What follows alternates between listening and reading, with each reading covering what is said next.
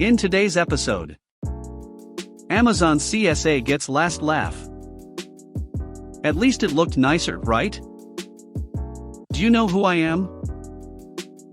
So let's get started. Amazon CSA gets last laugh. I'm not sure if this really fits here, but I listened to the CX and followed my policies correctly. Some backstory needed, but I was hired onto Atos, you know the company. They have a Prime website, worked from home in the fall of 2015, and our whole purpose was to handle the massive influx of calls stemming from Black Friday and Cyber Monday etc. Anywho, there are some goodies from there, but they don't really fit here.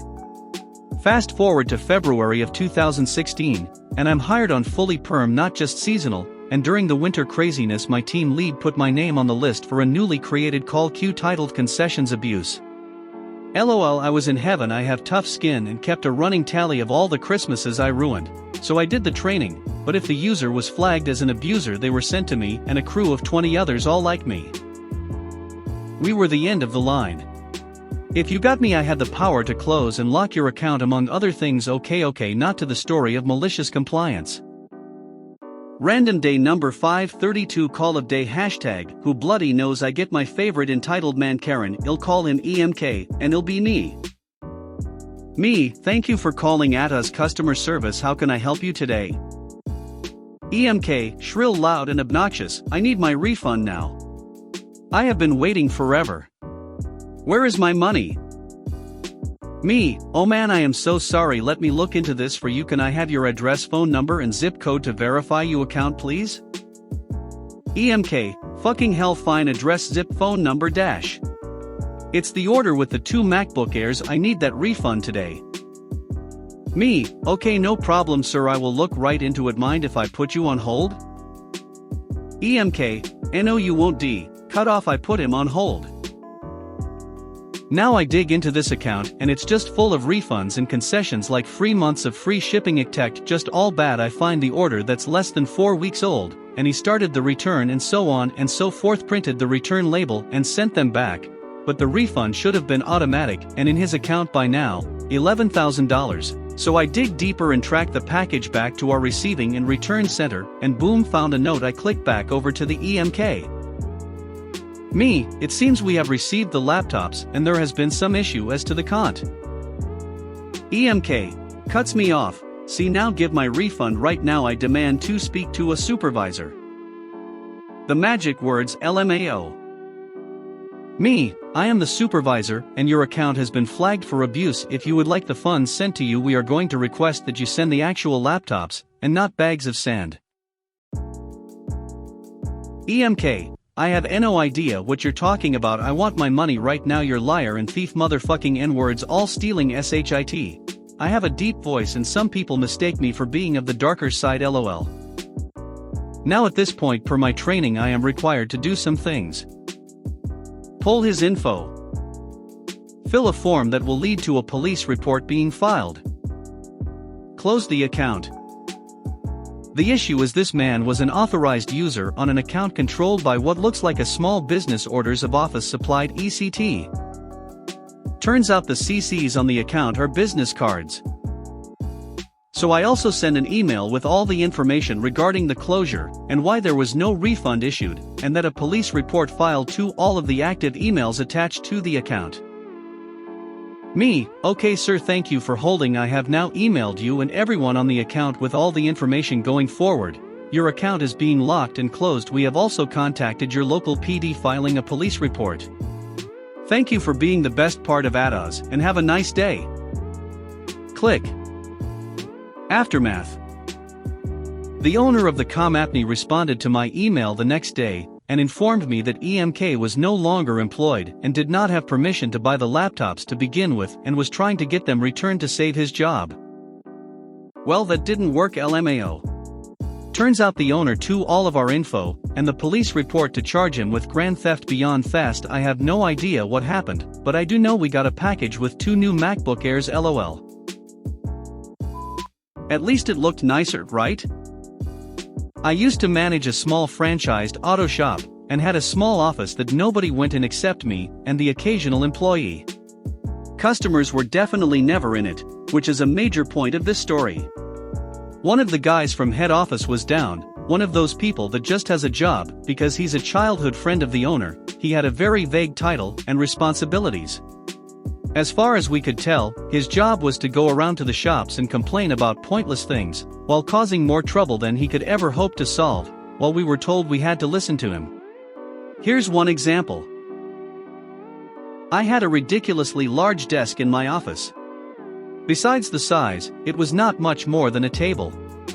2 drawers and no dedicated PC shelf or cabinet. The surface was about 8 feet long by 3 feet deep. I had very little on this desk in comparison. I needed space for a couple sheets of paper at a time, a keyboard, mouse, and monitor. The tower for the desktop PC, which also was the server for the office, was also on the desk, naturally. He decided one day that having the tower on the desk looked bad, and was unprofessional. Which again was irrelevant as no customers ever saw it. He said I needed to move it, and he had a specific space in mind, right between the side of the desk and the wall. It didn't even look like it would fit, but he went and got a tape measure, and it pretty well exactly fit in that gap. There was as close to zero space as humanly possible on the left and right sides. The back was as close to the wall as possible as was allowed by the cables coming out the back, and then the front was open. In fairness, it did look okay there. In practice though, some of you may see the problem. The vents for the PC were on the left and right side, and were now right up against the wall and the desk. I pointed out that this was a bad idea, because it was certainly going to overheat there. I tried pretty hard to argue this, but he didn't believe that, and insisted I do it anyway, period. So, I did it, and sent him an email, with my boss and the IT guy CC'd, afterwards with a picture of the new setup, verifying this is what he wanted. He confirmed it for me very clearly, which is just what I wanted. A few days later, I come in one morning, and the PC is off. Normally it stays on overnight, as once you close the store in the evening, it runs a backup overnight, and then just stays on. It's no big deal at all that it's off when I get there, in the sense that after the backup, it's not needed until we open the next day, and it only takes a minute to start up. So I start it up, seems to be working fine. I check my email, and there's an auto-generated message from the software company, maybe? I don't recall exactly how it was generated, saying that last night's backup failed. A quick check of some logs, and the temperature got too hot while running the backup, and the tower shut itself off. I see that the email went to the IT guy and the bosses, so they're informed, assuming they read their emails. That's not my problem. If not, I'm not worried unless I get more instructions about it. I don't. The backup is, well, literally just a backup of certain info on the hard drive, so there's no immediate problem in the shop opening or running that day. Of course, this happens again that night, and the next. It was 4 or 5 days in a row.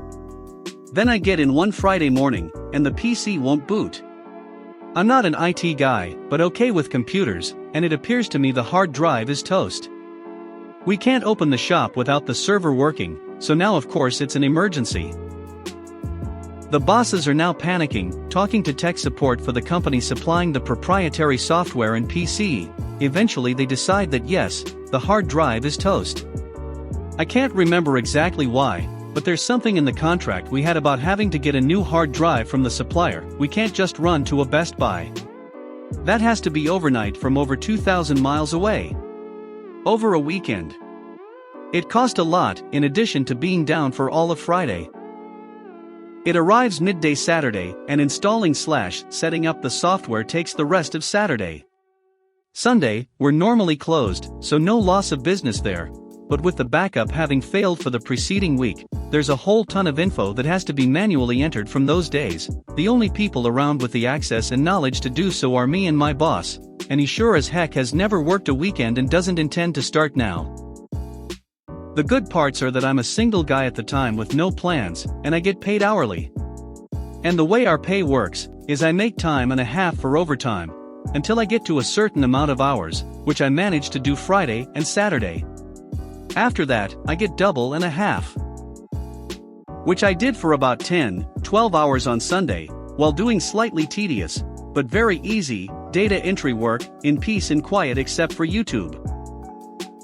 The company lost 2 days of income, ended up paying me the equivalent of about 50 hours work for about 16 to 20 actual very easy hours of work, and I had a nice paper trail for next time this idiot had a bad idea to implement. I have no idea what trouble, if any, that guy got in for coming up with such a dumb plan, but probably not much more than a basic yelling at, being the owner's best friend. And all I had to do was do exactly what I was told. It was easily a $20,000 mistake to improve the look of a PC that nobody ever sees, which of course ended up back on my desk afterwards. Do you know who I am? Been reading many of these militaryist compliance stories, and made me remember my own. So when you're working a gate or any sort of security post, you get used to some of the same people coming through and don't really need to check their ID, such as your relief. The same delivery driver that's already come through 5 times on just your shift, friends and or family, so you just wave them through. Counts as like visual confirmation. Well, we had some joker that was getting kicked out of the military, and decided he didn't really care who was coming and so would just wave everyone through whether he knew who they were or not.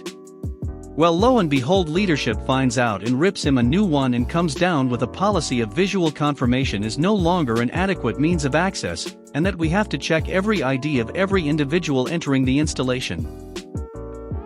So we figure it's stupid, but hey, rules is rules. So the day goes on without much problem besides the random serious, "You know who I am," we were just hanging out and telling them, "Hey, I know, but policy has changed and it's 100% checks," and they realized, "Hey, you're right, things change all the time." Everything was going fine until base commander, a 2-star, comes through and we ID him. "Do you know who I am? Why are you IDing me?" "Of course, sir, you're Maj Gen Snuffy, base commander." "Then why are you IDing me?" "Well, because the policy that you signed says specifically, and I quote, absolutely no one is allowed through by visual confirmation. So after a few choice words about how he's the base commander and saying he'll make sure it's dealt with appropriately, we get his ID and offer him his proper customs and courtesies, and off he goes. Well, not more than 3 minutes later we get a call from flight chief about how dare we stop the base commander, we are never to do it again, and we're just like, well, the policy says to stop everyone and anyone. Yeah, the policy only lasted that shift until they changed it to pretty much no one but the top select individuals, pretty much anyone with a picture on our wall, was allowed visual confirmation, everyone else has to be eyed. Still was funny to stop the base commander due to his policy, that he signed and didn't think it could possibly bite him in the ass. If you made it to the end of the video, thanks for watching. Don't forget to like, subscribe and share, and we will see you in the next video.